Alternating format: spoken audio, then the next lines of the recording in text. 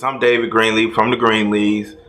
Just coming to you today just to share a video, more so a confessional video about my role that I'm playing. Well, not playing, just the recent events that you guys have experienced. I know by now I'm probably the most hated man or the villain, as they want to say, as it relates to the Greenlees because of my role in my cheating that I did on my wife. Man, that was kind of hard to say. However, I just wanted to show this video. This video is not made to, to condone my behavior or for me to be looking for no type of sympathy or empathy or to excuse what happened. I really just want to make this video just to, I guess, to kind of just let you guys know the heart and the mind of a cheater, or the heart of a cheater.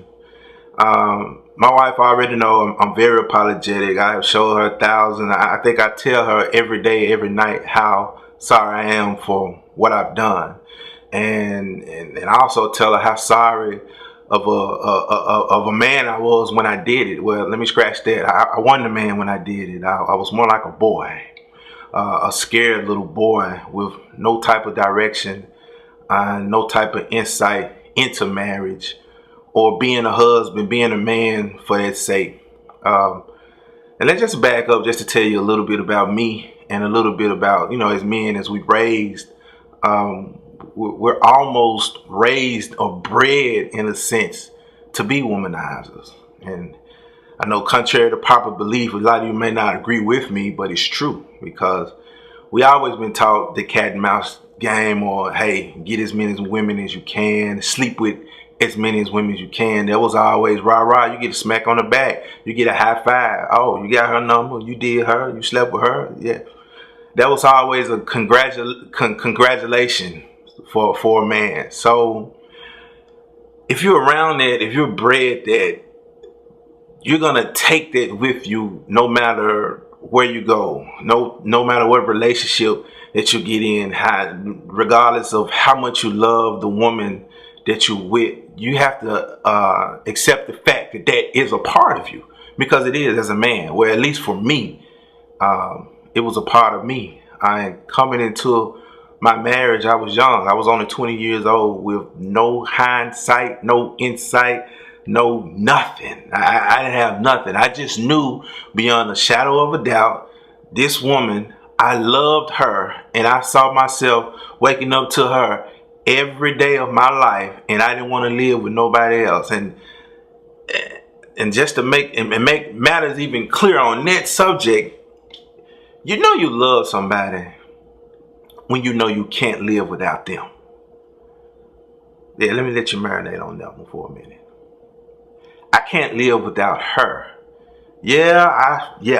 I messed up big time. Big time. It almost cost me my marriage. But if it would have cost me my marriage, it probably would have cost me my life, because I couldn't live without her. But again, not to excuse or condone whatever I did, I just want to bring you into the mindset of a cheater and the heart of a cheater. Again,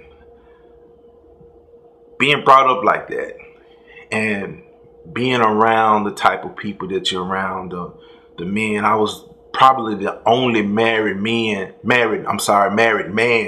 or married person in my peers that I was hanging with. So you gotta understand, they say birds of a feather flock together. So I'm around 100. I'm around 3 to 5 single men on a daily basis, and I'm the only married man. And I had no type of real example that was set for me. And how could I set an example for the people who was around me? I couldn't. I just couldn't, because I didn't have one. Yeah, my mom and my dad was married, but the example still wasn't set properly.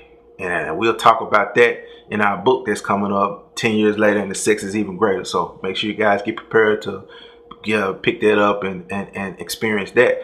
However, I just want to let women know, work with your man, because sometimes we don't know who we are, and we need that encouragement from our women. I mean, You ain't always got to tear your man down because of what he has done or what you might think he's not doing right now. Do me a favor. Do yourself a favor.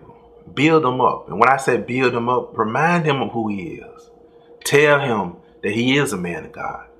Tell him that he is the head of my life and you are the head of this household. Continue to build him up, because what's that's going to do to him, he's going to accept that into his core, into his DNA. And when he's out there doing whatever he's doing with God knows whomever he's doing with, instead of him in his head seeing a argument waiting on him at the house, you know what he's going to start feeling? He's going to start saying, man, I'm a man of God. I run my house. I'm the head of my house. Regardless of what he's doing, he could be in mid-stroke with another woman. He could be laying with another woman. He can be getting head from another woman. Oh yeah, it's real. But if he knows that, like, you know what? My wife cares about me. She's building me up. I'm a man of God. If he constantly hears this on a daily basis, the repetition will not only be repetition, it'll become a part of him. And when it becomes a part of his DNA, you won't ever have to worry about your man doing anything outside of what he's supposed to be doing. Now, is that going to work for every situation? I don't know. I'm not saying that. However, what I am doing, I'm challenging you to do your part. And they go is, men, my phone going off. So y'all know this real, right? You know, hold on one second.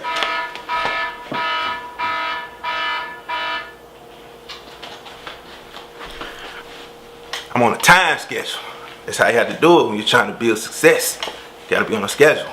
But however, this can go for men and women. If you have a promiscuous wife that's out there doing God knows what, build her up. Remind her of who she is. Now, if she don't straighten up or he don't straighten up, then you know what you have to do. I don't have to tell you what you have to do. But if you're doing your part as the spouse, or as the husband, as the wife, you're doing your part to make sure that you're accepting your spouse into a comfortable living situation, and you're reminding them and you're building them up, not breaking them down.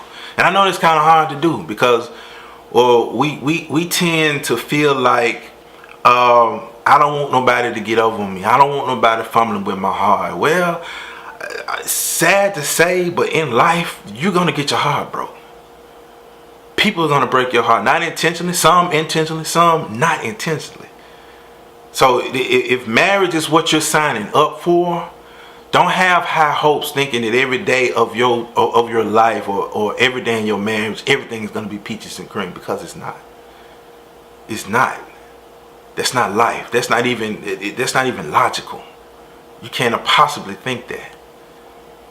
But however, it's still on you as the individual to determine how successful you want your relationship or your marriage to be. Oh yeah, I was a fool. I was a damn fool. A damn fool. But I got my act together. Yeah, and it came from a woman who knew who she was. She was a woman before I was a man. She knew who she was. She knew what she wanted out of her marriage. She knew what she wanted out of her life. And it wasn't until she started building me up as a man that I actually developed into a man. See, now that I am a man, and if I fall by the wayside, oh, it's a wrap. And I know that. I couldn't expect nothing else. But however, I enjoy my wife. She's my best friend. Not only she's my wife, she's not just somebody that I lay in the bed with every night and I split bills with. No, she's my best friend. I enjoy talking to her. We still talk now till 4 or 5 o'clock in the morning, like it was when we first met when we was 17, 16 years old.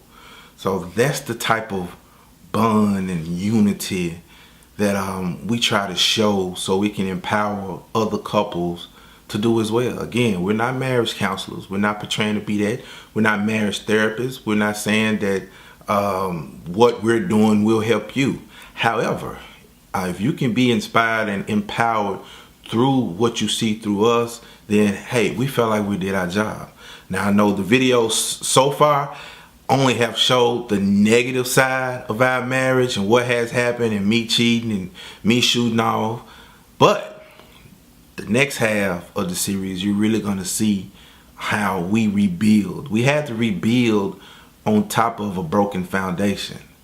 Now let me explain that a little bit to you. Our foundation was always built on love, but it had been broken because the substance we had wasn't there. I was out there doing what I had to do, doing what I was doing, and we didn't talk, no communication. I didn't understand her, she didn't understand me. I didn't understand my role as a husband, she didn't understand her role as a wife. However, we knew when we took those vows that we was gonna have to figure this thing out for better or for worse. And that's what we decided to do. That's what we decided to do. Thank God she decided to do that. But again, like I said, this is just a confession or from the mind of the heart of a cheater. Like I said, you can call me what you want. You could call me and say, I would have left him. Sure, you probably would have. That would have been on you. That would have been your choice. But you can call me what you want to call me. But there's one thing you cannot call me, and that's unhappy. Because I am. Thank you. Stay tuned to the Greenlees.